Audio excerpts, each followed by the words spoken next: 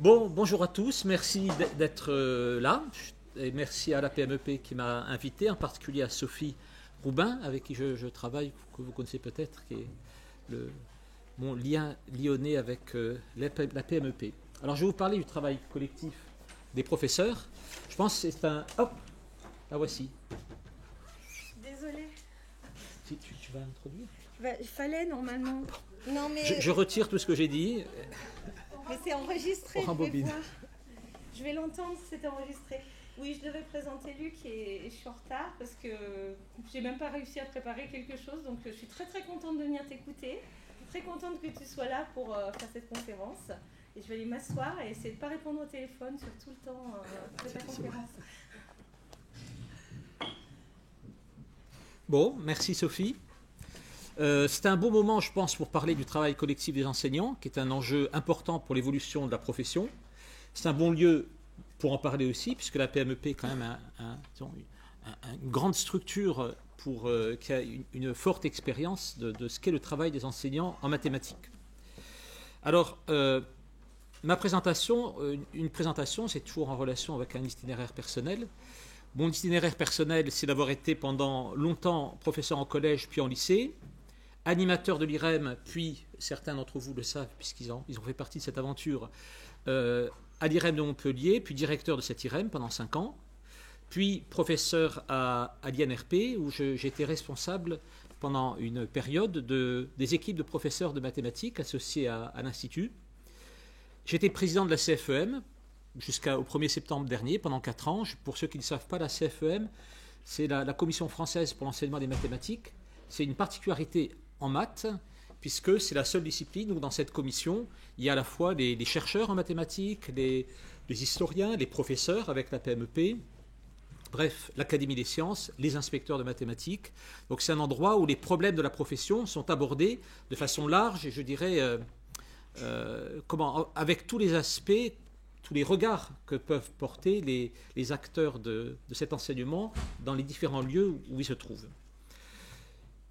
Et là, depuis quelques années, je collabore dans des dispositifs de recherche et d'enseignement avec la Chine, avec l'école normale de l'Est de la Chine, à Shanghai, et avec le Brésil, dans différents dispositifs. Et ce sont des lieux, des pays où le travail collectif des enseignants est développé d'une façon très différente de ce que nous connaissons, nous, en France. Et je participe depuis quelques années à l'animation des lieux d'éducation associés à l'IFE, une autre façon aussi de voir le travail collectif des enseignants en relation avec tout un écosystème, l'établissement lui-même, son environnement. Et puis, ma recherche elle-même est centrée sur les ressources et le travail collectif des enseignants. Donc c'est de ce point de vue que je parlerai essentiellement, et les thèses que je dirige actuellement portent sur ces questions-là.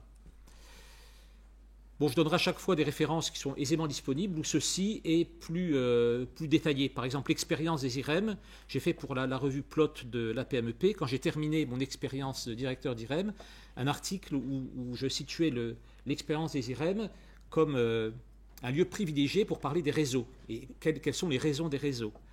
Et puis, en 2009, j'ai aussi fait un article où j'ai essayé de voir à travers mon itinéraire professionnel, mon itinéraire d'enseignant, de chercheur, comment petit à petit j'ai été amené à poser différemment les questions.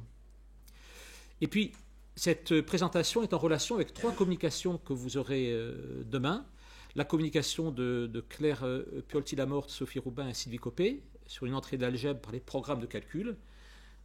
J'y reviendrai dans ma communication. Une communication de Katia Rocha sur Césamat, mais plus largement sur le travail collectif des enseignants en France. Et puis une communication de Chongyang Wang, les deux sont dans la salle, sur les structures de recherche, les structures de travail de recherche en Chine, puisqu'en Chine, dans le métier de l'enseignant, tout enseignant est aussi chercheur. Et donc il y a des groupes de recherche sur l'enseignement au sein des établissements. Alors Chongyang fera sa communication en anglais, mais voilà, elles sont là, mais elle peut parler français aussi et chinois, donc vous aurez plusieurs langues. Bon. Alors, au début, je poserai évidemment cette question. Est-ce que le travail collectif des enseignants existe? Alors, il y a plusieurs réponses qui peuvent être données, suivant les points de vue. Il y a une enquête de l'OCDE sur la culture des établissements. La dernière enquête de l'OCDE Thalys 2013 s'intéresse au travail des enseignants. Et donc, elle met en évidence que la culture de la collaboration est une culture essentielle pour les enseignants, comme pour les élèves, comme pour le développement du dispositif éducatif. Alors, vous voyez sans doute difficilement, mais peut-être que vous voyez avec des petites flèches la place de la France. Alors, la moyenne de l'OCDE, après on va voir la moyenne sur quoi, parce qu'évidemment, quand on fait des enquêtes, il faut savoir les questions qu'on pose. Et puis la France est tout au bout à droite, c'est-à-dire quelque chose, finalement, on peut penser qu'il existe peu de choses, et l'OCDE dit justement qu'en France, dans les collèges, la culture de la collaboration semble peu établie. Si vous regardez les questions posées, la première question, c'est le pourcentage d'enseignants ayant reçu au cours des 12 derniers mois des commentaires de la part d'autres enseignants après une observation de leur façon d'enseigner en classe. Bon, assister à des leçons de collègues, c'est quelque chose qui est plus ou moins répandu dans les pays. En Chine, par exemple, c'est quelque chose qui est non seulement répandu, mais c'est ordinaire, d'aller régulièrement tous ensemble voir la leçon d'un collègue. En France, ça n'existe que très peu. Donc si on juge la culture de la collaboration à l'aune de cette question, on comprend la réponse. Et en rouge, proportion de chefs d'établissement qui indiquent observer fréquemment les cours des enseignants. Bon. Je suis étonné qu'il y ait cette proportion en France, j'aurais dit plutôt 0. Bon.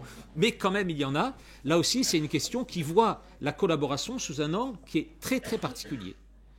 Bon. Et je reviendrai après, mais la culture du travail enseignant en France est une culture qui ne conçoit pas son travail et disons, les interactions directement avec le principal, et si le proviseur ou le chef d'établissement. Et si celui-ci demande de venir dans votre classe, la réaction, c'est de se dire sans doute qu'est-ce que j'ai fait de mal, il y a un problème, des parents d'élèves ont téléphoné, enfin bref.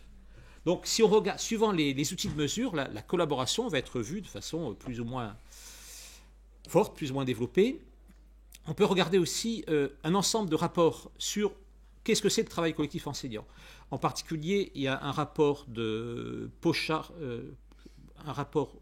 2008 qui était sur l'évolution du travail des enseignants et qui met en regard un ensemble de rapports parlementaires, institutionnels, sur le travail des enseignants. Il commence par le rapport d'Alexandre Ribot, qui était président de la commission sur l'éducation à la Chambre des députés, et qui décrit le travail des enseignants comme un travail essentiellement individuel, uniquement individuel, je dirais même, avec la culture du seul maître dans ma classe, après de jeu s'il existe, et il décrit les assemblées de professeurs comme des assemblées mortes. Et c'est aussi un point de vue qu'on peut avoir sur le travail collectif des enseignants. Dans le second degré, à l'école primaire, c'est autre chose, il y a d'autres traditions, mais c'est quelque chose qui n'existe pas. Un dernier point de vue sur un questionnaire récent de Katiane Rocha, qui est ici, qui a proposé un questionnaire aux professeurs de collège. Elle a eu 500 réponses. Et une des questions était « Participez-vous à des collectifs de professeurs ?» Et la réponse a été quel pourcentage ?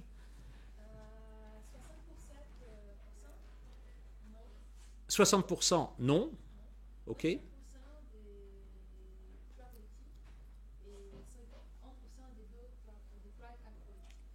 Ok, donc si on regarde la question « Participez-vous à des collectifs ?» c'est une question aussi particulière qui ne traduit pas forcément l'existence d'un travail collectif. On peut très bien participer, enfin être régulièrement impliqué dans des discussions avec ses collègues sans être formellement ou sans se reconnaître partie prenante d'un collectif. Bon, donc ça c'est une première image. Suivant les questions, suivant la formulation aussi, suivant les termes qu'on utilise, on peut avoir des réponses très différentes. Alors je vous propose aujourd'hui plusieurs coupes pour approfondir les choses et en même temps poser des questions. On peut regarder la PMEP. C'est un bon endroit pour parler du travail collectif des enseignants. Comment ça fonctionne à la PMEP ? Quelle est la racine du travail collectif des enseignants, sa réalité ? On peut se poser la question, est-ce que le travail collectif des enseignants serait une question de discipline ? Est-ce que, puisqu'en mathématiques on a la PMEP, mais les IREM, Césamat qui est aussi une illustration de ce phénomène, est-ce que l'enseignement des mathématiques créerait un microclimat favorable au travail collectif des enseignants ? Est-ce que ce serait une question culturelle ? Et je dirais un mot de comment le travail des enseignants, en général, en mathématiques en particulier, se développe en Chine. Et là, il y a des racines sans doute culturelles. Par exemple, l'idée que ce que je fais avec les autres est toujours meilleur que ce que je fais avec moi. Donc c'est aussi une façon, en regardant des réalités différentes, c'est aussi une façon d'approfondir les questions pour nous, ce qui nous concerne nous-mêmes, parce que ça donne des idées, des façons d'analyser les choses qui sont utiles, je dirais, indépendamment des contextes. Est-ce que c'est une question liée aux environnements technologiques? Est-ce que Internet, c'est un ressort d'un nouveau travail collectif ou c'est un révélateur de traits collectifs du travail enseignant? Ou alors, le travail collectif, est-ce que c'est une question liée à la nature même de ce que c'est qu'apprendre et faire apprendre? C'est évidemment, vous l'avez compris, le point de vue que je développerai. Bon, j'ai parlé un certain temps, mais si vous voulez m'arrêter, n'hésitez pas. Et puis j'essaierai de... Il y aura un temps à la fin pour discuter de toutes ces questions. Oui, j'oubliais le dernier point, quand même, c'est que on peut penser que les choses existent, mais toutes les choses qui existent ont des besoins, ça nécessite des conditions pour le développement. Donc quelles sont les conditions de développement de ces choses qui existeraient? Alors j'ai parlé de choses que vous connaissez mieux que moi, puisque vous êtes des membres actifs de l'APMEP. Alors j'ai essayé de m'intéresser à l'APMEP, finalement, comment ça fonctionne. Donc je suis allé sur le site de l'APMEP pour voir l'APMEP en quelques mots. Alors, l'APMEP est fondée en 1910. Déjà, c'est assez intéressant parce que 1910 est une période très intéressante dans l'histoire de l'enseignement.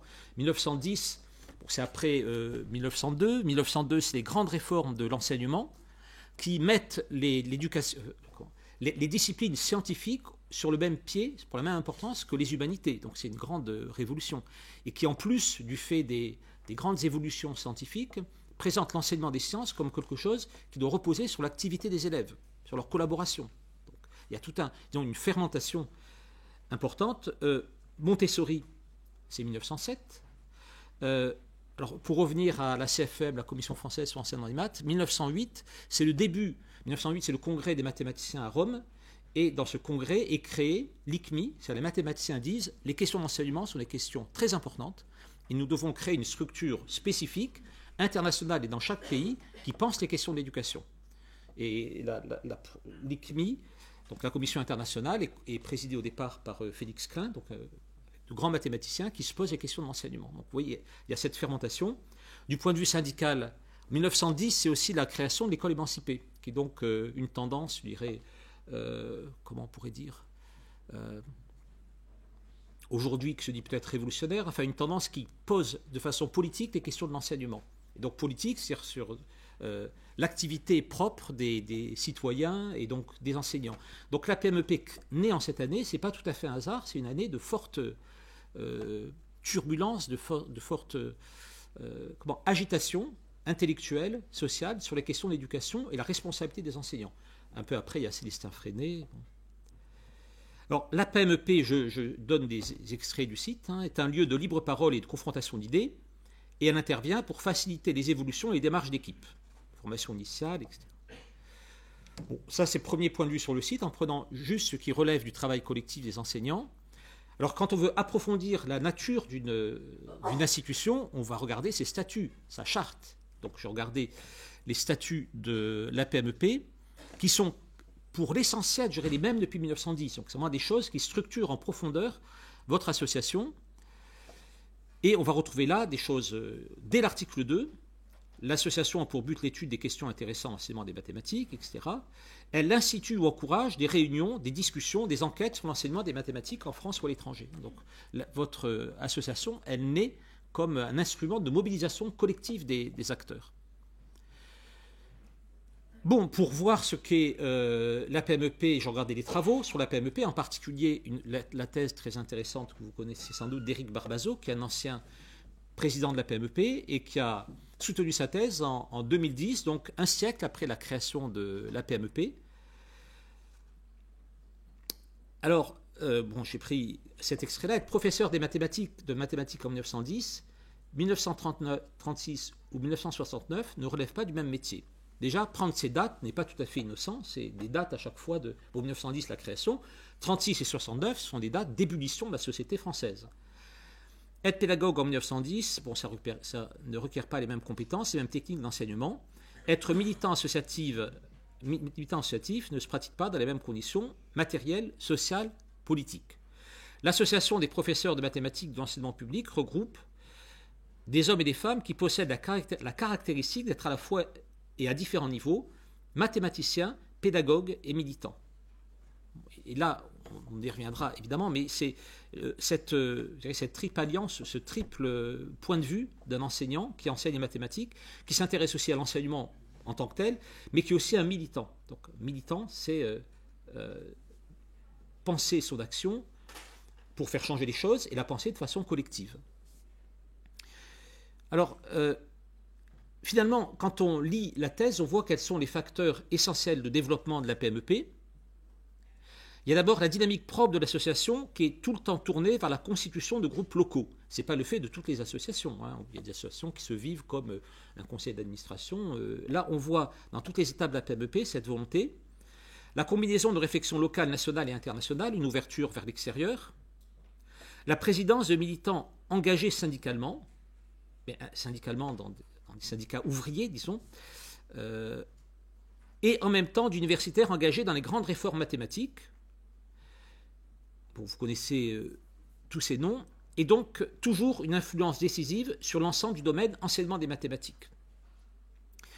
Et ça me semble aussi une condition de développement des collectifs. Leur raison d'être, finalement, c'est de penser son action à tous les niveaux, dans sa classe, au niveau national, et avec un point de vue du bien commun, qui dépasse le simple point de vue des mathématiques ou de l'enseignement, mais qui se nourrit d'une réflexion sur ce que doit être la société.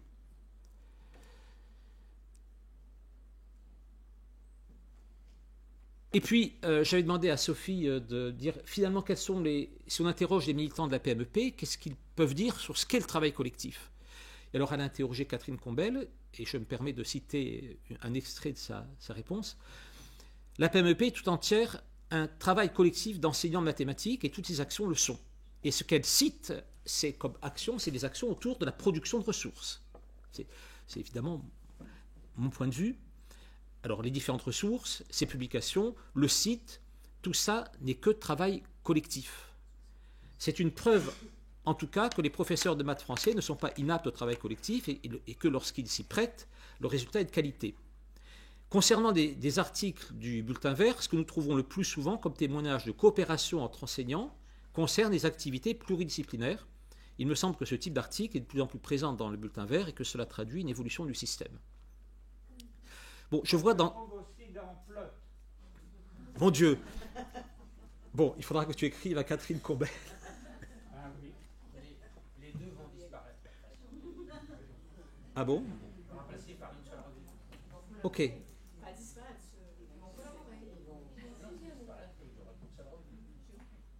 D'accord, c'est genre fusion-acquisition. Bon, ici, on connaît ça. L'éducation nationale est pleine de fusion-acquisition. On en a été, nous, je suis à l'Institut français d'éducation. Vous savez que l'INRP a été comme ça, dissoute et acquise par l'ENS de Lyon et s'est trouvé comme ça, est passé de 300 personnes à 50 personnes en 3 ans. Donc, c'est des processus efficaces, les processus. Enfin, bon. Je ne parle pas de la PMEP. Donc, un travail collectif autour des ressources. Et aussi, ce travail autour des ressources est d'autant plus vivant, je dirais, que ces ressources sont développées pour répondre à un problème de la profession. Donc, je ne suis pas étonné que ces questions de coopération interviennent quand il y a un problème de la profession, parce que le réflexe naturel pour faire face à un problème, c'est de traiter ce problème collectivement.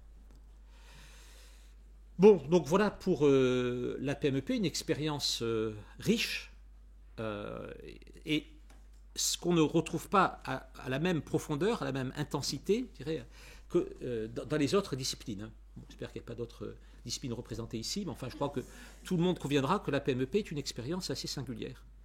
Donc, est-ce que le collectif, c'est une spécificité de l'enseignement des mathématiques? Alors, je reviendrai sur des périodes plus anciennes, mais si on regarde que ce siècle-ci, le siècle dernier, on a eu certainement une conjonction tout à fait exceptionnelle de facteurs. Bon, il y a une réforme, les mathématiques modernes, qui a touché l'ensemble de la profession. Et puis, il faut voir derrière quand même que cette réforme, je dirais, l'intérêt des mathématiciens pour l'enseignement, et quand les mathématiques se repensent elles-mêmes, elles le repensent en relation avec l'enseignement. Je rappelle que le traité de Bourbaki, c'est un traité d'enseignement. Donc, vous voyez cet intérêt, pas seulement abstrait, mais intérêt dans leur leur pensée même des mathématiciens pour les mathématiques modernes. Et la commission Lichnerowitz, quand elle a été constituée, a pensé, mais c'était pour moi un prolongement naturel de quand on est un scientifique, comment on enseigne. Alors si on est un scientifique, je dirais un peu, qui n'a pas vraiment réfléchi, on peut dire, et vous l'entendez souvent, pour enseigner les mathématiques, il suffit d'être un bon mathématicien, pour enseigner la physique, il suffit d'être un bon physicien. Mais la commission Lichnerowitz, qui était composée, je pense, de vrais scientifiques, c'est que pour répondre à une question, il faut faire de l'expérimentation. Et pour savoir comment on peut enseigner les mathématiques, comment on devrait les enseigner, quelles sont les conditions, avec quels résultats, eh bien, il faut l'observer, il faut donc créer des conditions expérimentales pour observer ça. Et ça a été la naissance du Corem, et en même temps, vous voyez, je dis que c'est exceptionnel, parce qu'en même temps, il y a une réflexion propre à ce qui va devenir la communauté de didactique des mathématiques, donc à l'époque Guy Brousseau, un intérêt pour rechercher dans des dispositifs expérimentaux soigneusement pensés, donc rechercher des réponses à ce qu'est l'enseignement des mathématiques, et en même temps, les mathématiciens se posent la même question. Et donc, il y a la création d'une école expérimentale, le Corem, à Bordeaux, pilotée par Guy Brousseau, avec déjà autour un consortium avec le rectorat, l'université, les associations d'enseignants. Et puis, alors je ne vais pas tout dire quand même, mais en même temps, il y a la PMEP qui demande, j'ai plus tous les textes en tête, mais vous pouvez les retrouver sur le site de la PMEP, qui demande de créer des groupes de travail dans lesquels il y aurait en même temps des enseignants, des universitaires, pour aussi à un large niveau expérimenter l'enseignement de ces nouvelles mathématiques, pensant que s'il y a de nouvelles mathématiques, il y a une nouvelle façon de les enseigner, donc il y a nécessité de regarder ça. Et qu'est-ce qui va se passer? Eh bien, il y a les événements de mai 68, et c'est dans la lancée des événements de mai 68, je pense que c'est le président de la PMEP de l'époque, rencontre avec Edgar Faure, qui accepte de débloquer des crédits considérables qui vont aboutir à la création des IREM. Et puis les IREM qui vont être un terreau dans lequel vont se développer beaucoup de choses, beaucoup de ressources, et puis aussi la didactique des mathématiques. Donc vous voyez une conjonction de phénomènes politiques, sociaux, intellectuels, scientifiques, qui créent cette ébullition et qui donne quelque chose qui n'a jamais pu se reproduire dans d'autres disciplines, parce que dans d'autres disciplines, on n'a jamais eu cette même conjonction. Là, donc, concours de circonstances qui fait qu'en mathématiques, les questions du collectif, et le collectif vu à différents niveaux, le collectif parmi les enseignants, c'est-à-dire dans les groupes IREM, vous savez, nous avons des professeurs du premier degré, du second degré, des universitaires, et en général pas de hiérarchie, donc des conditions de développement indépendamment de la hiérarchie. Bon, et puis une profusion de ressources qui vont être constituées à partir de là. Donc en mathématiques, il y a certainement une spécificité qui donne ces formes de développement du collectif. Ça ne veut pas dire que le collectif ne tient qu'à ça, mais les formes qu'il a prises et qui ont pu se conserver pour l'essentiel malgré de grandes réductions de moyens depuis, les formes que ça a prises sont spécifiques aux mathématiques. Alors ça, c'était mon premier angle. Le collectif, pourquoi il a des formes spécifiques en mathématiques et en France.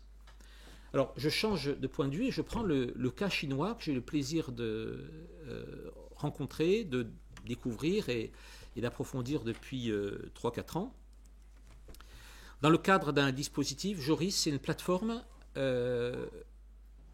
pilotée par le CNRS, l'École normale supérieure de Lyon, et l'East China Normal University. Donc c'est un cadre de coopération essentiellement pour la recherche, et qui est un cadre de coopération pour des recherches dans le domaine, je dirais, fondamental, en mathématiques, biologie, dans les domaines d'intérêt pour les deux établissements. Et à la demande de la Chine, de l'État, du côté chinois, les recherches sont étendues aux recherches en éducation. Et donc depuis 3 ans, il y a des dispositifs de recherche en éducation, et en particulier en mathématiques, puisque les personnes qui pilotent cette recherche en éducation des deux côtés sont des chercheurs engagés dans le domaine des mathématiques. Mais ce que je vais dire dépasse le cadre des mathématiques, et donc c'est les spécificités d'un système éducatif qui pense le travail des enseignants comme un travail qui doit s'approfondir en permanence, et que ceci ne peut se faire que si le collectif est au cœur de l'activité des enseignants.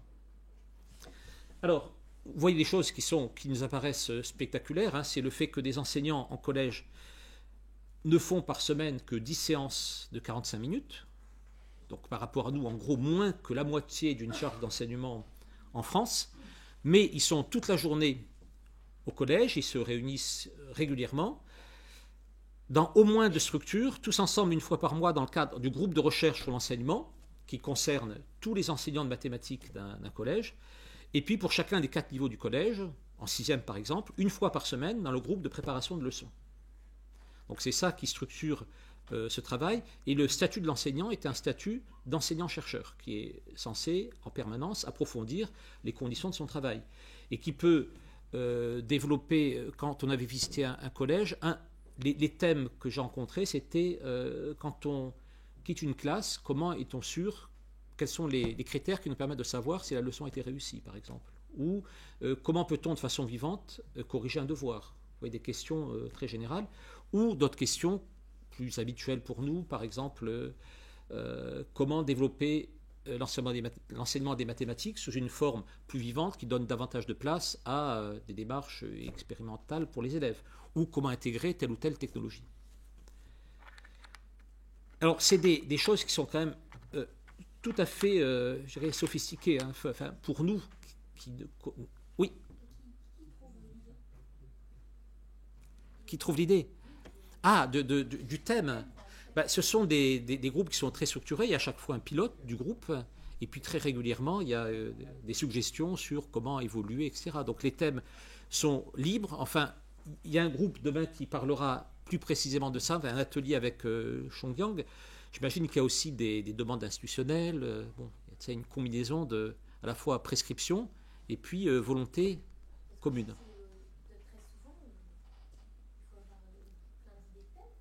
Ah, mais là, le thème ne manque pas. Par exemple, il faut avoir des idées de thèmes. Mais les thèmes, ils émergent du travail des enseignants. Par exemple, on a assisté à un groupe de recherche sur l'enseignement qui se réunissait pour faire le bilan d'une évaluation commune. Et l'évaluation commune, c'est quelque chose qui a été faite par plusieurs professeurs, c'est une démarche collective. Et donc les professeurs se sont répartis la correction des copies et font chacun un rapport sur qu'est-ce qu'on peut retirer de ces copies-là. Et avec une réflexion qui n'est pas uniquement il y a des erreurs, quelles sont les erreurs. Il y a cette première réflexion et qui aboutit par exemple sur l'algèbre. J'ai assisté au début d'une leçon, il y avait une présentation d'une feuille pleine d'erreurs, il fallait que les élèves voient les erreurs. Et en voyant cette feuille, je me dis, mais ces erreurs sont vraiment, la structuration des erreurs, je trouvais ça assez extraordinaire. C'est-à-dire qu'il y avait vraiment une sorte d'ontologie des erreurs possibles, des liens entre les différentes erreurs, etc. Je leur dis, mais d'où vient cette feuille? Et les enseignants disent, mais c'est un travail de très longue haleine, où chaque année, on essaie de repérer les erreurs des élèves, on voit quelles sont les erreurs qui sont mères d'autres erreurs, quelles sont les relations entre les erreurs, on arrive à cette feuille-là. C'est un travail de longue haleine. Et donc, pour cette correction, donc il y a un repérage d'erreurs et voir si les erreurs qu'on a trouvées rentrent dans le cadre d'analyse des erreurs qu'on avait jusque-là. Ensuite, on analyse les erreurs pour savoir si elles sont suscitées soit par le type d'exercice qui a été donné, le type d'évaluation, le type de contrôle, ou alors c'est des erreurs qui révèlent des problèmes dans le cours lui-même. Et donc, en quoi cette évaluation des élèves conduit à refaire les cours qu'on refait sans cesse, etc. Donc, vous voyez, on met en place dans ce travail collectif une sorte de mécanique qui toujours va poser des questions et toujours va nécessiter une réflexion commune. Il faut voir le système global, donc je continue avec cette présentation des classes ouvertes. On parlait tout à l'heure, est-ce qu'on a l'idée d'aller assister à des classes de professeurs? Alors là, il y a une pratique très régulière des classes ouvertes à laquelle assistent tous les professeurs de la discipline. Je vais montrer là les petites notes. Donc j'ai assisté à 2 classes ouvertes. Tous les professeurs viennent et là, il n'y a là rien de spectaculaire puisque c'est fait régulièrement. Les professeurs prennent des notes, ils échangent à voix basse leurs impressions pendant tout le cours. Et puis à la fin du cours, il y a une réunion de débriefing qui peut être juste après la classe ou une semaine plus tard, ou simplement les notes que les profs ont prises peuvent être transmises aux professeurs. Et là, c'est quelque chose, ce que j'ai vu, qui me paraît tout à fait sophistiqué. Parce que, pour vous donner un des deux exemples, j'ai assisté à 2 classes ouvertes successives et qui s'inscrivaient dans un projet de l'établissement. C'est qu'est-ce qui se passe quand on intègre un nouvel outil dans la classe. Et donc, pour prendre ça de façon assez générale, dans une des classes que j'ai vues, les nouveaux outils étaient des petits tableaux blancs, comme ça, sur lesquels on écrit au feutre, qui étaient donnés à chaque groupe d'élèves. Et donc, il y avait un travail de groupe, puis les élèves se mettaient d'accord sur un compte-rendu synthétique qu'ils pouvaient effacer en cours de travail, puisque c'était un tableau blanc à feutre, quoi. Et puis, dans l'autre groupe, c'était un dispositif de vidéoprojection.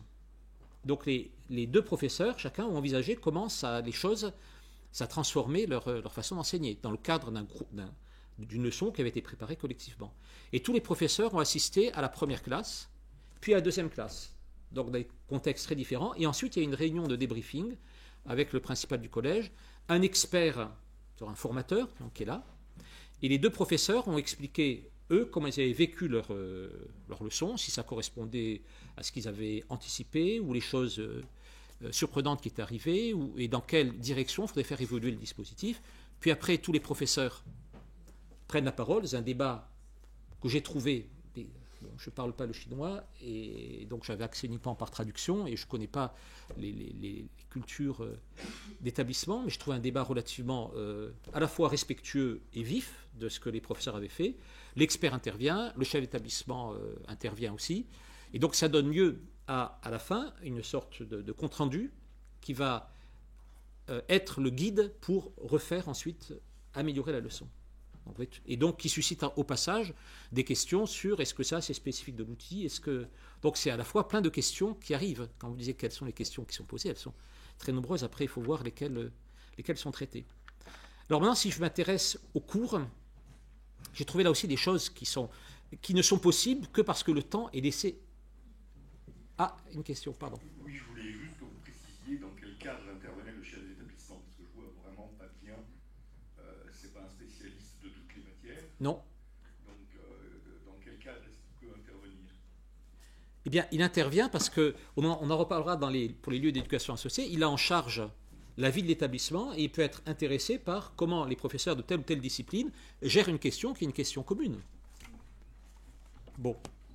Donc après, j'imagine que peut-être que celui-ci était responsable des mathématiques, mais enfin, suivant ensuite ses connaissances disciplinaires, il va intervenir sur tel ou tel point. Alors bon, ça c'est une question. Est-ce que le chef d'établissement est bienvenu ou, pertinent dans ce genre de leçon? Est-ce qu'il y a des choses indépendantes des disciplines dont il peut rendre compte? Et est-ce que c'est toujours des leçons, les profs de maths ensemble, ou est-ce qu'il y a éventuellement des échanges avec des profs de d'autres matières? Alors ce que j'ai vu, c'est les profs de maths ensemble. Mais pour ces questions-là, le plus simple sera ensuite de les poser demain à Chonggyang, elle répondra. Alors, regardez sur la façon de préparer des leçons qui est aussi propre à l'organisation du temps d'établissement, qui est plus souvent dans l'établissement hors classe qu'en classe. Donc, la leçon est préparée par des exercices. Le professeur donne aux élèves des exercices à préparer pour la leçon suivante. Mais avant la leçon, le professeur récupère les exercices et les corrige. Donc, il arrive dans sa leçon avec les exercices corrigés avec une bonne connaissance de ce que les élèves savent, ce qu'ils ignorent, leurs difficultés. Le professeur engage sa leçon en s'appuyant sur sa connaissance des savoirs et des techniques que chaque élève maîtrise ou non. Et alors, c'était tout à fait intéressant de voir que le professeur interroge une sélection d'élèves en début d'heure, sachant à peu près ce que l'élève va répondre. Et le choix des élèves est fait pour qu'il y ait une sorte de spectre de points de vue, de réaction, qui permettent à toute la classe d'avoir des éléments d'étayage ou d'appui avant d'engager la leçon. Moi, ce que j'ai vu, c'était à peu près comme en France, je dirais 35, 30. Puis ensuite, elle envoie 2 élèves en même temps au tableau. Enfin, ce que j'ai vu plusieurs fois, donc j'imagine que ça correspond à un dispositif d'enseignement, ce qui va lui permettre de jouer sur les complémentarités, parce que si elle envoie 2 élèves, ce n'est pas tout à fait 2 élèves au hasard, c'est 2 élèves sur lesquels elle sait qu'elle va pouvoir jouer sur ce que les uns et les autres vont dire. Bon. Et puis, il y a tout un rite de travail. La leçon est tellement faite, refaite, retravaillée, qu'on a l'impression d'une sorte de mécanismes parfaitement réglés. Par exemple, là, j'ai assisté à une leçon sur l'algèbre. Ce qui est bien avec les mathématiques, c'est que la plupart du temps, on voit ce qui se passe, parce que les symboles sont les mêmes. Il s'agissait d'étudier le développement de forme A plus un nombre entier, facteur de B plus un nombre entier. Donc on développe, les élèves le font. Puis après, comment on passe de l'autre côté? Quand on a x carré plus alpha x plus bêta, comment on retrouve le produit? Alors les élèves cherchent, un élève donne une méthode, après avoir traité un ensemble d'exercices, un élève une autre façon, un élève une autre façon, et la professeure synthétise tout ça avec une phrase qui donne la technique. Comment on passe de la forme développée à la forme factorisée. Elle répète la technique, elle demande à un élève de la répéter, je veux dire oralement, et toute la classe la répète. Une sorte de récitatif et qui rentre la technique comme quelque chose qui relève d'une sorte de mécanisme. Et puis, quelques exercices et la classe s'arrête là. Donc on voit toute la sorte de tension, et puis à la fin, une sorte de relaxation. On a trouvé, chacun repart avec une nouvelle connaissance. Je ne suis pas en train de dire que c'est comme ça qu'il faut enseigner, mais je vous décris comment on a une organisation qui s'appuie fortement pour les élèves comme pour les professeurs sur un travail collectif. Les élèves, j'ai vu des travaux de groupe, les groupes sont 5 ou 6, les élèves par 5 ou par 6. Tous les groupes sont structurés avec quel est celui qui coordonne le groupe, quel est celui qui prend des notes, quel est celui qui va rendre compte après au tableau. Enfin, tout ceci est organisé et se passe dans une atmosphère agitée comme tous les groupes, mais où tous les élèves ont un rôle particulier à jouer. Alors, je me permets, j'ai eu plusieurs lectures sur ce qu'on appelle la pédagogie de Singapour, dans l'enseignement des mathématiques. Alors, il parle... Vas-y. Est-ce que ça en fait partie Alors, la pédagogie de Singapour, c'est très particulier. Je ne suis pas un spécialiste, mais je pense que c'est tout à fait différent. C'est tout à fait différent. Quand j'ai vu une seule conférence à Shanghai où il y avait quelqu'un de Singapour qui parlait, et ce qui structurait le discours, c'était, à Singapour, notre volonté, c'est « teach less and learn more ». C'est-à-dire, il faut que les élèves apprennent eux-mêmes. Alors que je ne sais pas si c'est la réalité, mais à ce que j'ai vu des classes chinoises, c'est une importance très importante, très forte, donnée au rôle du professeur. Donc on est loin de « teach less, learn more ». Oui. Est-ce que toutes les leçons sont préparées par tous les professeurs, chaque leçon à chaque fois? Non. Je pense que non, mais voilà. On confirme, dans la salle on confirme, non. Mais entre tout et exceptionnellement, il y a un milieu, là c'est une activité ordinaire de préparer les leçons ensemble et d'assister régulièrement aux classes des professeurs. Alors enfin, sur les conditions matérielles, alors j'ai mis les salles des professeurs, parce qu'il y a une salle par niveau. Donc il y a la salle des professeurs de 6e, de tous les professeurs de 6e, la salle de tous les professeurs de 5e, etc. Et les professeurs suivent leurs élèves tout au long du collège. C'est-à-dire que la salle des professeurs de 6e va devenir l'année suivante la salle des professeurs de 5e, puisque les professeurs qui enseignent en 6e enseigneront en 5e, etc. Donc, vous voyez, c'est... Oui, la plupart du temps, oui. Mais ils enseignent tous les niveaux, il n'y a pas de spécialisation, puisque comme ça, l'administration explique que pour enseigner, il faut savoir tout ce qui s'enseigne à toutes les classes, tous les niveaux du collège, et ensuite il faut connaître tous les enseignants des autres disciplines. Alors c'est un espace collectif pour la préparation des cours, l'accueil des élèves, les corrections et le partage des ressources. Et c'est pour les professeurs leur lieu essentiel de travail. Ce n'est pas la salle où ils font cours, c'est leur salle des professeurs où ils stockent un ensemble de ressources dans les placards, des ressources personnelles et beaucoup de ressources collectives. Donc, alors, vous voyez, on ne va pas comparer, il y a une culture, il y a aussi des conditions matérielles qui permettent ce développement. Alors, si j'avais à tirer un certain nombre de leçons, je dirais, enfin, pas de leçons, pourquoi ça marche? Il y a d'une part penser collectif à tous les niveaux, penser toujours l'intégration institutionnelle sur le plan du temps et des espaces de ce travail collectif. Ce n'est pas un travail collectif en l'air, il y a le lieu pour ça et il y a le temps pour ça. Les évolutions sont pensées de façon lente et donc profonde des pratiques à partir des ressources des enseignants. C'est vraiment à partir des ressources de ce qu'ils font, qui est travaillé, retravaillé, c'est ce qui va fonder les pratiques et l'évolution des pratiques. Et parce que les ressources, ça ne change pas du jour au lendemain, donc tout le monde est bien persuadé que les pratiques, ça ne change pas du jour au lendemain. Si on veut passer d'une forme récitative de l'enseignement des mathématiques à une forme active d'enseignement des mathématiques, eh bien on va commencer par renouveler les ressources petit à petit et puis entraîner avec cela un changement des pratiques.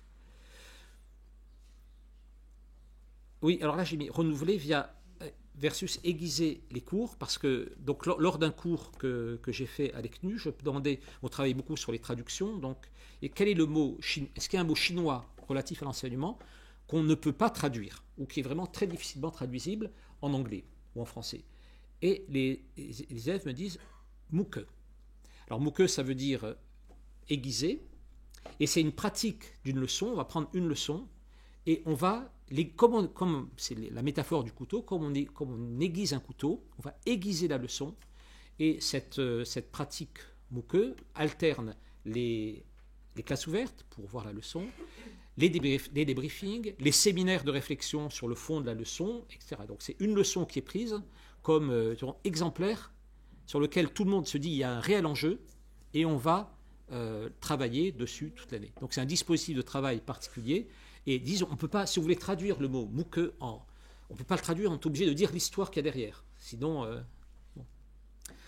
Bon, voilà, donc le cas chinois, donc à la fois la liaison à une culture, quand Chongyan donnait un proverbe, donc quand je me promène avec deux personnes, en fait je me promène avec 2 maîtres.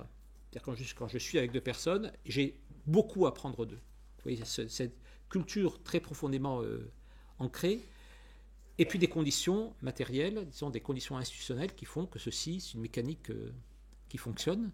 Donc on pourra aussi parler d'aspects sans doute négatifs, le fait qu'il y a des statuts d'experts qui se créent parce que c'est celui qui a fait la meilleure leçon, qui est susceptible de refaire une meilleure leçon. Enfin, ce qui est important à montrer déjà là, c'est cet aspect collectif institutionnellement reconnu qui fonde l'enseignement chinois. Alors, un autre angle de vue qui serait de dire le collectif, une spécificité du numérique.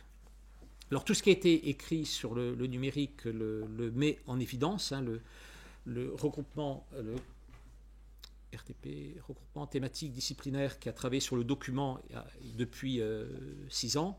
Voilà ce que change la numérisation. Elle fabrique des communautés virtuelles, flottantes, illimitées.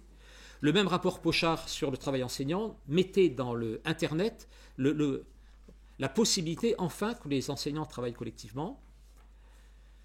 Et puis, le développement des associations d'enseignants en ligne et des réseaux accrédite cette idée que Internet, évidemment, ça crée de nouvelles façons d'apprendre, ça touche toute la société, et ça ne peut que toucher aussi cette part de la société qui est dédiée à l'enseignement et à l'apprentissage, c'est-à-dire l'école. Et donc, les acteurs de l'école, les enseignants. À l'époque, enfin en 2009, on avait étudié les ressorts des enseignants, des associations d'enseignants en ligne, en prenant les associations Weblettres, Césamat, quelle autre association des profs de bio? Ah, tant pis. Bon, on avait essayé de voir quels étaient les ressorts, s'il y a des éléments nouveaux justifiaient la collaboration, ou si c'était l'Internet qui rendait visible cette collaboration. Alors, sur le plan de la recherche aussi, cet essor apparaît aussi très fortement. Alors, il existe dans le domaine de l'enseignement des mathématiques des ouvrages qu'on appelle des handbooks qui sortent tous les 10 ans et qui font le point sur l'enseignement des mathématiques au niveau international. Alors, j'avais contribué à un chapitre en 2003 sur la technologie pour aller vite, l'enseignement des mathématiques. Et du coup, ce qui en ressortait essentiellement en 2003, c'était pour la période précédente, disons les 10 ans précédents, la prise en compte des instruments comme un problème en soi dans l'enseignement des mathématiques, la nécessité de concevoir des situations propres permettant de tirer parti des instruments, et la nécessité de développer des connaissances spécifiques, et en particulier la complexité du rôle de l'enseignant. C'est ce qui apparaissait dans cette période, après une période, pour les plus anciens qui s'en souviennent, marquée par Internet, où les outils vont permettre aux élèves d'apprendre plus facilement et vont décharger le professeur d'une tâche répétitive, etc. Donc, en 2003, c'était clair que ce n'était pas le cas et qu'il y avait des problèmes spécifiques et que la tâche de l'enseignant était sans doute plus complexe. Alors, 10 ans après, c'est pas la même équipe, mais c'était dans le même chapitre, c'était qu'est-ce qu'apporte beaucoup Internet pour les 10 années précédentes. Alors là, il y a 2 mots qui apparaissent très fortement et qui n'apparaissaient pas du tout 10 ans avant. Et quand je dis fortement, le mot ressources et le mot collectif, ou communauté, ou réseau, ça apparaît peut-être 40 fois dans ce chapitre, 0 fois dans le chapitre précédent. Donc vous voyez, en 10 ans, à un niveau, je dirais, massif, ces questions-là apparaissent comme des questions critiques et à traiter. Avec une évolution dans 3 directions, on pourrait dire, en 2013, on passe d'une problématique d'offrir des ressources à une problématique de soutenir l'intégration de ces ressources. Problématique de top-down, l'éducation, le ministère doit donner des choses à une problématique de bottom-up. Comment tirer parti de la créativité des acteurs et de l'individuel au collectif. Donc ça, très certainement, le numérique permet l'émergence de nouvelles formes de collectifs. Et puis, vous connaissez le développement, on peut dire, emblématique de Césamat, partant de mutualisation de ressources à une dynamique de coopération avec une couronne qui se contente de mutualiser, puis une dynamique de collaboration, c'est-à-dire de partage à tous les terres, à tous les stades de la responsabilité du chantier, puis coopération, on se répartit les tâches, à mutualisation. Ce qui me paraissait intéressant aussi, qui montre que le collectif n'est jamais naturel, c'est tous les efforts qu'a fait Césamat depuis le début de sa création pour cultiver le collectif, pour considérer que ça ne se faisait pas naturellement, donc avec différentes formes, des idées de SAS pour rentrer d'un rôle périphérique à un rôle d'acteur engagé, pour de la formation, de la commodération de forums, etc. Bon, on trouve tout ça dans la charte et la profession de foi. Alors, on retrouve des choses qui sont très proches de la PMEP, même si ensuite ça se décline de façon très différente, parce que Césamat, ça reste une toute petite association, avec beaucoup de gens qui travaillent avec, mais enfin c'est une centaine de personnes, alors que vous êtes des milliers. Mettre à disposition de tous, gratuitement, des ressources pédagogiques libres et des outils professionnels, promouvoir les échanges autour de pratiques pédagogiques, listes, forums, et finalement, Césamat apparaît comme d'une part, un réseau de projets, et d'autre part, une sorte de système de ressources, c'est des choses qui sont imbriquées, mat en poche, manuel, etc. Et là, ça m'intéresse aussi parce que ce qui apparaît, là encore, c'est le développement en miroir, à la fois de communautés d'acteurs, des groupes de projets qui développent, par exemple, tel ou tel manuel scolaire, donc développement de groupes d'acteurs et de groupes de ressources. Les 2 développements de ressources et d'acteurs se faisant en miroir. Alors, Katiane Rocha en parlera demain, mais elle parlera plus. Alors pour le moment, il y a un inscrit dans son atelier, donc pour parler du travail collaboratif, ça va être... Mais quand même, je vous engage, pour ceux qui ne seraient pas dans des ateliers, à aller voir, parce que ce qu'elle traite, en fait, ce n'est pas Césamat pour Césamat, mais c'est en fait le travail collectif des enseignants et ses conditions. Bon, puis un dernier mot sur le MOOC et FanMath. Est-ce que certains parmi vous ont suivi ce MOOC? Bon, très bien. Donc vous savez que c'est un MOOC qui se situe dans une famille de MOOC. Et Fan s'est enseigné et formé avec le numérique. Et là, c'est en mathématiques. Il a été piloté la première année par une équipe sur Rennes, Paris et Lyon, et là, pour la 2e saison, par une équipe de Lyon. Alors, c'est de nouvelles modalités de formation, des cours ouverts accessibles à tous, tout ça, je ne vous apprends rien. Mais ce qui est important à voir, c'est que pour ce MOOC, et comme, à mon avis, pour tous les MOOC qui veulent vraiment développer la formation des gens, c'est que cette réalité de la formation, en fait, elle n'est pas dans les milliers de personnes. Il y avait 3 ou 4 000 personnes participant au MOOC, mais elle est concentrée dans le développement de petits groupes de projets, en général 10 ou 20, concevant collaborativement des ressources répondant à des problèmes professionnels. Bon. Et donc, finalement, ce qu'on voit là-dedans, ce qui m'intéresse, c'est que c'est une évolution de la forme scolaire. Mais ce n'est pas la fin de l'école. Pour ça, comme pour le numérique. C'est de nouvelles façons. Et sans doute, ce qui est aussi intéressant, c'est de voir que pour que ça se développe, il faut du travail collaboratif à tous les niveaux. Pour les groupes, pour l'équipe pédagogique, par exemple, ce n'est pas du travail solitaire, parce que sinon ça ne marche pas. Faire cours en 5 minutes, donner beaucoup de choses, ça nécessite d'être travaillé, retravaillé. pour ceux qui accompagnent les projets, ça demande du travail.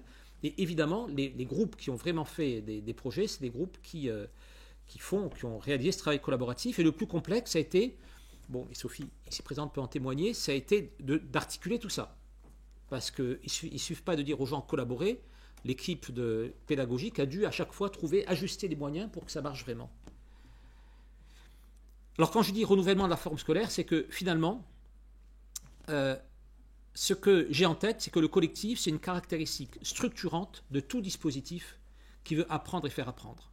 Alors, je n'ai pas le temps de développer ça, mais c'est quelque chose que j'ai travaillé, c'est sur l'histoire ancienne. Quand je dis l'histoire ancienne, c'est l'histoire des écoles de scribes, quand il y a une sorte d'émergence conjointe qui se nourrit mutuellement, à la fois des mathématiques, de l'écriture et des écoles. Où on passe très rapidement, enfin je veux dire, c'est 500 ans d'objets qui représentent des choses. Vous voyez en haut à droite, vous pouvez imaginer que ces choses représentent des amphores ou des moutons ou des vêtements, etc. À des formes qui sont symboliques, où on va voir des représentations de 1, des petits bâtons, puis de 1 et 10, puis le développement d'un système d'écriture qui va durer, qui est sans doute le système d'écriture qui a duré le plus longtemps, à base de 2 choses, uniquement une barre droite pour le 1 et un petit rond qui devient ensuite un triangle pour le 10. Et à partir de ces 2 signes, donc un souci d'économie d'écriture, on a le développement du système sexagésimal de position que vous connaissez, avec, suivant la position, le 1 peut représenter 60 ou 3600, etc. Et avec un système extrêmement sophistiqué qui s'est développé dans ces écoles de scribes. Et ce qui est intéressant, quand on regarde... Alors pourquoi c'est intéressant? Bon, d'abord, c'est le début, et regardez les naissances, c'est très intéressant, mais c'est aussi parce que c'est la période de l'histoire sur laquelle on a le plus de traces. En effet, les tablettes sont des tablettes d'argile. L'argile est pratiquement indestructible. Et les tablettes d'argile, donc tous les brouillons des écoliers, vont servir ensuite comme matériaux de construction. Et donc, ça va être des matériaux qu'on peut retrouver, qui sont dans les ruines de quand ça n'a pas subi des bombardements, dans les ruines des écoles et des sites de cette époque paléo-babylonienne, actuellement en Irak ou en Syrie. Et donc on trouve à la fois les travaux des élèves et les travaux des maîtres. Et on trouve ces travaux des maîtres, parce qu'en même temps qu'ils enseignent, le maître est un maître qui développe aussi des mathématiques, parce que les écoles sont à la fois des lieux d'enseignement et des lieux de développement de la science. Et on va trouver les mêmes travaux dans des écoles qui sont à 500 km de distance. Et 500 km, bon, c'est pas rien à cette époque, voire 1000 km, et qui traduisent des formes de collaboration entre les maîtres tout à fait avancées, entre les maîtres d'une même école, entre les maîtres d'école avancées. Ils développent la science, ils développent la réflexion sur comment on enseigne, et il y a des algorithmes on invente des algorithmes, et on invente aussi la façon d'enseigner ces algorithmes sur une base de partage des maîtres, et les fouilles archéologiques, les traces qu'on a de cette histoire nous permettent de retrouver ceci. Et nous permettent aussi de voir ce qu'étaient les écoles. Parce que pendant très longtemps, je ne suis pas archéologue, donc je ne sais pas pendant combien de temps, mais on a recherché des formes scolaires qui ressemblent à nos formes actuelles. Et donc on a trouvé dans les ruines des villages et des villes des écoles avec des bancs. Et donc on a imaginé que finalement les élèves travaillaient sur des bancs, comme dans nos classes, avant de découvrir que ces bancs n'étaient pas du tout des bancs pour les élèves, mais c'était des supports pour des jarres ou des choses comme ça. En fait, c'était des endroits pour stocker des épiceries anciennes ou des endroits où on stockait les choses. Pas du tout des écoles. Et pourquoi on sait maintenant que ce n'est pas les écoles? Mais parce que les écoles, nécessairement, devaient être en plein air. Parce que si vous lisez des tablettes qui sont gravées, des tablettes d'argile, pour les lire, il faut avoir un très bon éclairage. Très bon éclairage. Cet éclairage, à l'époque, ne pouvait être qu'un éclairage lumineux. Et donc les formes d'école, alors j'ai mis cette école-là qui n'est pas du tout... qui est une école en Afrique aujourd'hui, mais on peut penser les formes d'école et les traces, la façon dont les tablettes qu'on a analysées maintenant décrivent l'école, c'est en effet le maître et les élèves autour de lui, donc des formes qui ne ressemblent pas à un cours ex cathedra, mais à une sorte de discussion. En tout cas, dès les premières écoles, on voit cette collaboration entre les maîtres. Et puis, on pourrait prendre les différentes périodes où, à chaque fois, on se pose la question de qu'est-ce qu'apprendre? Et où il ressort que l'éducation, c'est un fait social total, c'est un fait, pour suivre l'anthropologue Marcel Mauss, qui met en branle la totalité de la société et de ses institutions. Et quand vous prenez à chaque fois un moment où la société se pose le problème de l'école, alors on peut prendre Jules Ferry et la naissance de l'école moderne, de l'école publique. Alors cette période est aussi une période bien documentée, puisque à l'époque, on crée l'école avec un dictionnaire pédagogique. Et le dictionnaire pédagogique qui rend compte à la fois de ce que les gens font et ce qu'ils pourraient ou devraient faire. Donc c'est à la fois des témoignages des professeurs, des inspecteurs, etc. Et il y a un nouveau dictionnaire pédagogique qui a été publié en 1911, c'est presque la naissance de la PMEP. Je vous dis, c'est une période tout à fait vive. Si vous lisez dans ce dictionnaire, par exemple, l'article Boulier, vous verrez la discussion très vive qu'il y a parmi les maîtres de mathématiques, sur est-ce qu'on doit utiliser des outils ou non. Mais quand on décrit le rôle de l'école, on voit que tout entier, c'est un rôle où la collaboration est essentielle. Dans la rubrique « Le conseil des maîtres », par exemple, vous voyez, l'école est une, et quel que soit le nombre de ses maîtres, tout enseignement est une collaboration. Et donc, pour moi, on a vu un certain nombre d'éclairages, mais l'école, c'est quelque chose qui est par essence l'acte d'enseigner, quelle que soit la forme scolaire. On va retrouver des formes de communauté, la communauté scolaire, de la classe, la communauté éducative. Bon. Alors, il y a une différence entre je collabore avec mon voisin, je collabore avec les profs que j'aime bien, et puis ensuite une forme organisée de collectif. On avait fait une étude comparative entre la Norvège et la France sur le travail collectif des enseignants. En Norvège, quelque chose qui est tout à fait important. Les enseignants doivent collaborer et ils ont de l'espace pour le faire et ils ont du temps relatif, pas autant qu'en Chine, mais ils ont du temps pour le faire, ça fait partie de leurs obligations. Et puis en France, ça n'est pas partie du tout des obligations. On a comparé deux collèges. Et au départ, on demande aux enseignants, dans les deux cas, est-ce que vous... Je n'ai plus la question, mais enfin, ça allait de est-ce que vous faites partie d'un collectif à est-ce que vous collaborez régulièrement avec vos collègues. Et au départ, les Norvégiens répondent oui, évidemment, ils sont obligés, et oui, on collabore régulièrement. Et dans le collège français, la réponse est plutôt non. Non, on travaille essentiellement seul. Et après, quand on rentre dans le détail de c'est quoi le travail qui est fait effectivement. Et donc, en examinant tout ce que le professeur est amené à faire pour son travail, de l'évaluation des élèves à la préparation de ses cours, on va voir apparaître ce que j'appelle des collectifs souterrains, c'est-à-dire des formes de travail où ce que fait l'enseignant, c'est jamais lui tout seul qui le fait, c'est avec d'autres ou pour d'autres. Et on verra... Oui.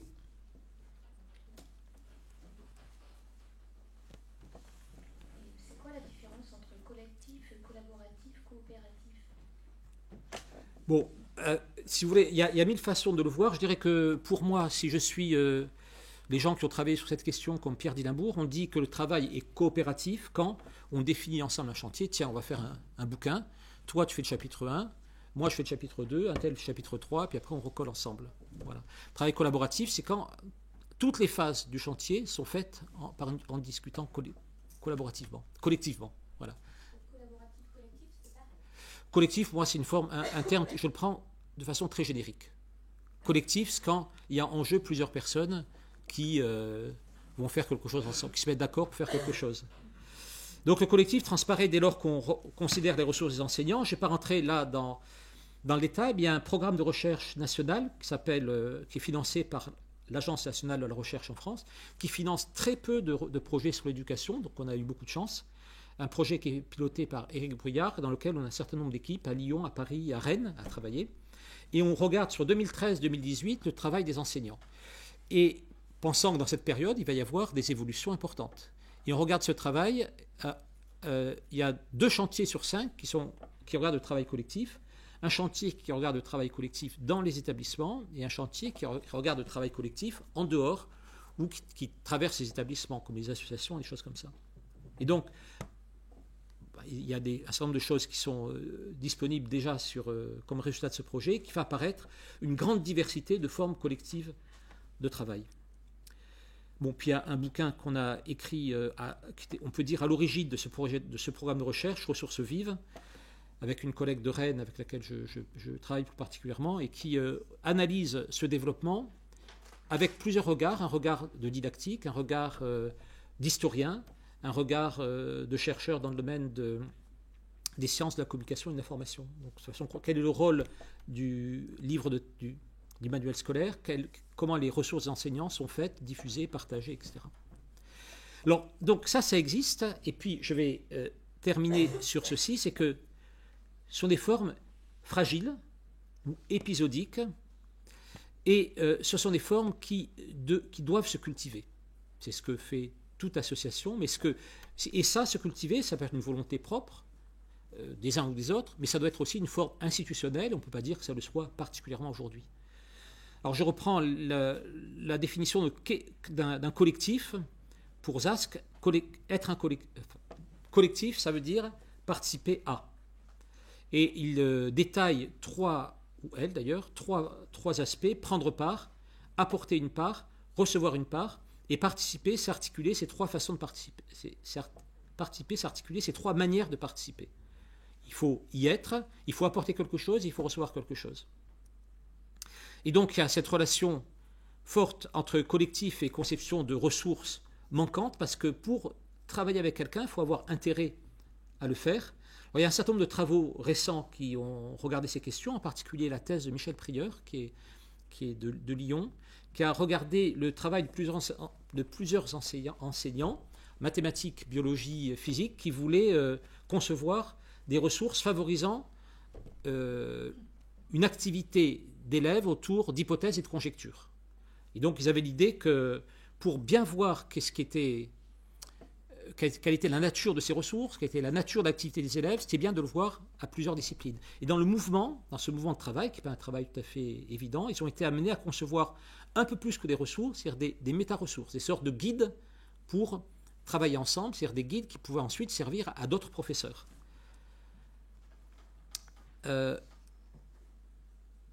D'autres travaux montrent bien que l'intensité des interactions dans un collectif, c'est lié à la vivacité des processus de conception de ressources.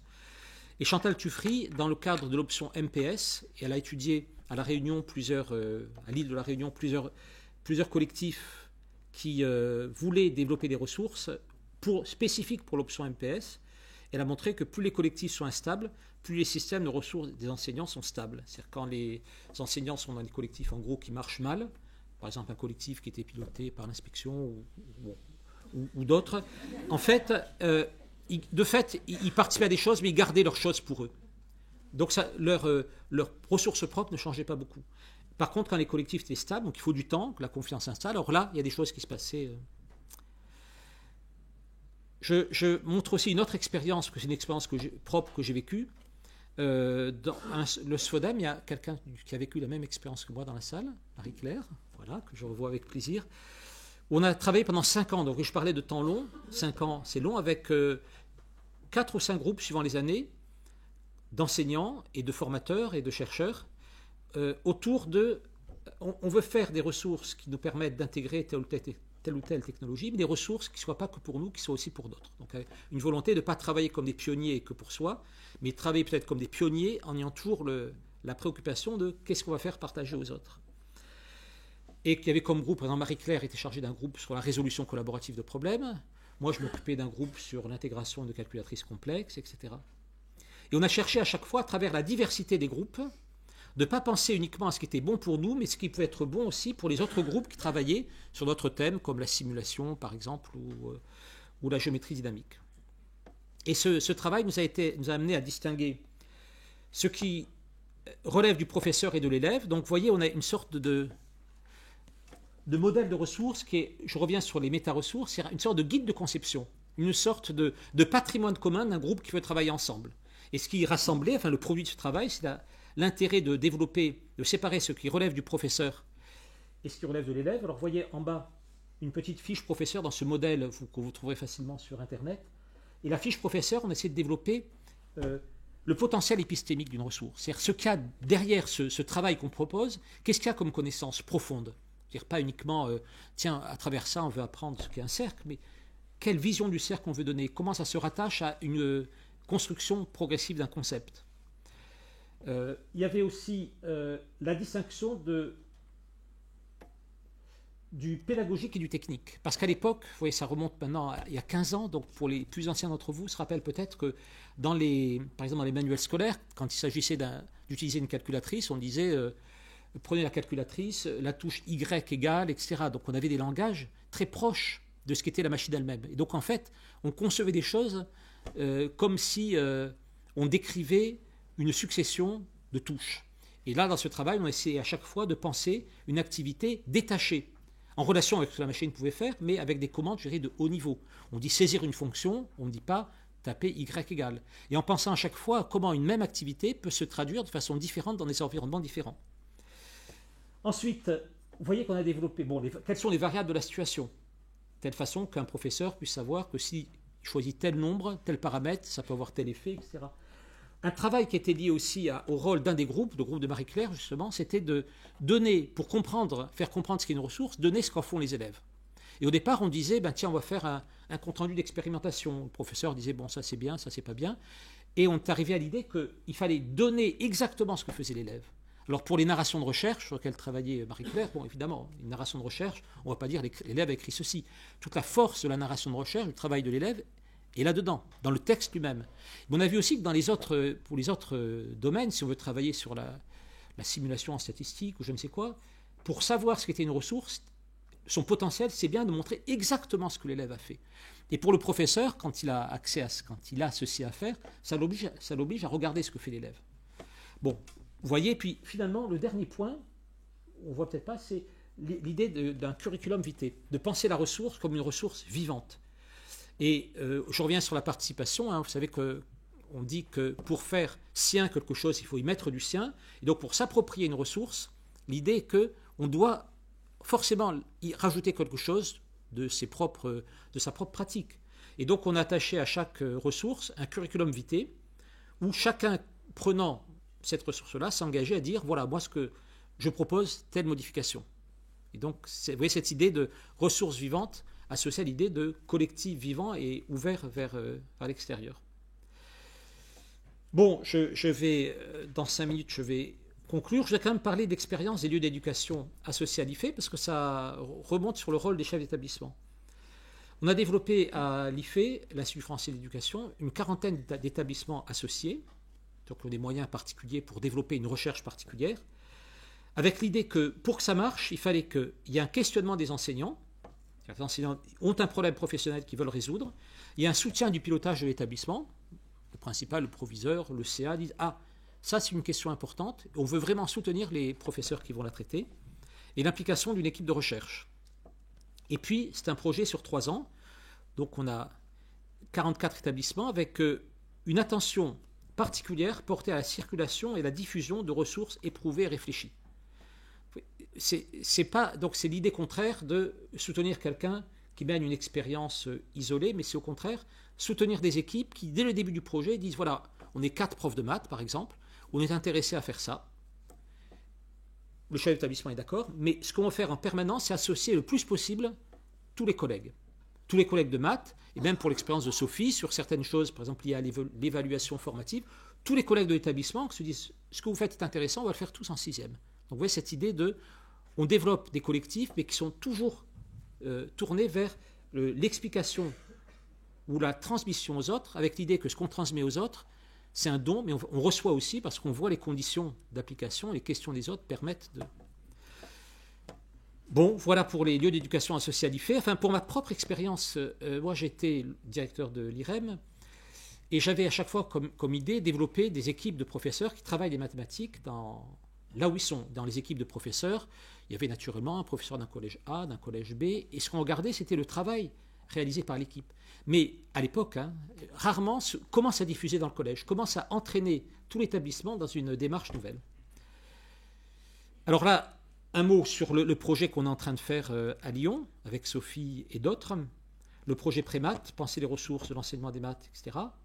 C'est un projet dans lequel sont impliqués 2 collèges et des écoles qui sont autour. Et le projet, c'est de développer des ressources pour enseigner l'algèbre tout au long du cycle 3. Donc penser le passage CM1, CM2, 6e, avec des modèles de ressources.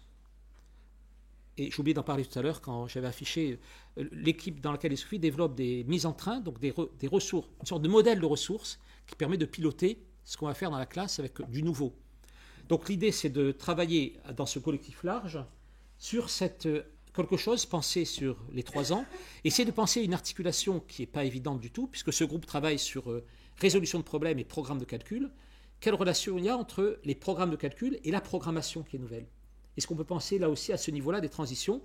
Donc c'est pas évident. Vous voyez le soutien institutionnel qu'il y a, c'est-à-dire des moyens horaires qu'ont les enseignants, l'IREM qui est derrière, l'Institut français d'éducation, la maison des maths et de l'informatique, et un laboratoire qu'on a développé, qui est un laboratoire pour l'innovation pédagogique numérique, où on développe de nouveaux modes de conception, on peut dire agile ou autres, qui permettent d'avoir des outils facilitant la collaboration et non pas étant une obligation supplémentaire. Donc voilà, donc les collectifs finalement, je dirais pour conclure, ce que j'en retiens, c'est la réalité structurante du travail collectif des enseignants et que les axes particuliers que l'on prend, je veux dire le numérique, comment ça se passe, la Chine, les maths, c'est des façons de rentrer des coins, d'avoir un angle de vue qui permet de voir des choses plus avancées. Mais que ces choses plus avancées, pour moi, elles s'appuient sur des choses, des processus souterrains, l'extrême lenteur des processus de fond, que pour que ça marche, on ne peut jamais rien imposer à des enseignants, moins qu'à d'autres, encore sans doute, et que pour faire quelque chose, il faut que ça soit ressenti comme important pour son développement de son métier. Le développement par les ressources associées, ça me semble critique. Alors il y a des collectifs qui sont naturels, on l'a vu, ça existe, sous des formes collectives, et puis des collectifs artificiels. Artificiels au sens où, par exemple, Prémat ou les Léa, il y a des moyens qui sont mis, donc c'est artificiel. Je pense que c'est des formes qui doivent se nourrir mutuellement. La question chinoise montre comment c'est important d'avoir une régulation interne et externe, comme un collectif doit avoir les moyens de penser son propre développement et qui doit être aussi en relation avec l'extérieur, avec des réseaux comme pour le Léa ou d'autres. Et puis la nécessité d'un soutien, d'une reconnaissance institutionnelle. Donc, innovation, collaboration, pour moi, c'est une double germination. Alors pour revenir à la question qui se posait au départ, le travail collectif des enseignants, alors je dirais existence, oui. Unicité, non. Il y a beaucoup de formes collectives, on peut les voir. Bon. Et conditions de développement, oui, très certainement. Alors je reviens, on dit toujours qu'on arrête, on n'arrête pas, aux questions de départ. Aux remarques de l'OCDE, vous vous rappelez, dans ce rapport, on dit en France, on ne collabore pas du tout, mais c'est intéressant, lisez ce rapport. Par exemple, ici, satisfaction et collaboration professionnelle des enseignants, on les mesure. À l'aune de quoi?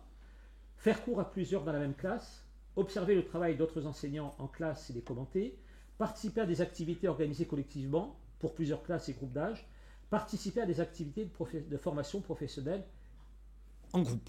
Donc vous voyez des formes de travail collectif qu'on ne voit pas souvent, ou même très peu souvent, et on voit que le développement de ces formes collectives, faire cours à plusieurs dans une même classe, observer le travail, etc., tout ça, ça concourt à développer la satisfaction d'enseigner.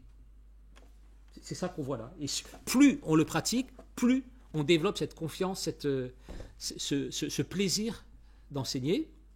Je reviens sur le rapport Ribot, 1899, qui dit « On s'étonne que les professeurs ne donnent au lycée que le temps prescrit par le règlement. Mais a-t-on songé seulement à leur réserver un cabinet de travail dans le lycée? Y a-t-il même partout des bibliothèques où ils peuvent se livrer à des recherches personnelles ?» Donc tout ça, il y a un peu plus d'un siècle, sur les conditions. On les connaît, les conditions, mais bon. Et puis je termine par une colle. Et là, vous n'aurez pas de réponse, vous devrez aller à l'atelier. Donc Katiane Rochat pose dans son questionnaire ceci. Si vous avez été amené à insérer ou supprimer une ressource dans votre répertoire, donc si vous décidez de changer quelque chose dans vos ressources, dans quelles circonstances ça s'est produit? À cause d'un changement de programme? À cause d'une découverte de quelque chose sur Internet? À cause des nouveaux outils du travail mathématique? Par exemple, il y a le TBI, il y a ceci. Ou à cause d'échanges avec vos collègues? Ah oui, mais il faut répondre. Après, on regarde le pourcentage des réponses. Tout, bien sûr. Hein. Mais voilà. Donc, ça donne aussi une vision. Si on dit, par exemple, si vous pensez qu'on change les professeurs autour de vous, et généralement changent essentiellement parce qu'ils prennent des choses sur Internet, ça donne une certaine vision du métier. Si vous pensez qu'on change essentiellement parce qu'on discute avec des collègues, ça donne une autre vision du métier. Voilà. Je vous remercie.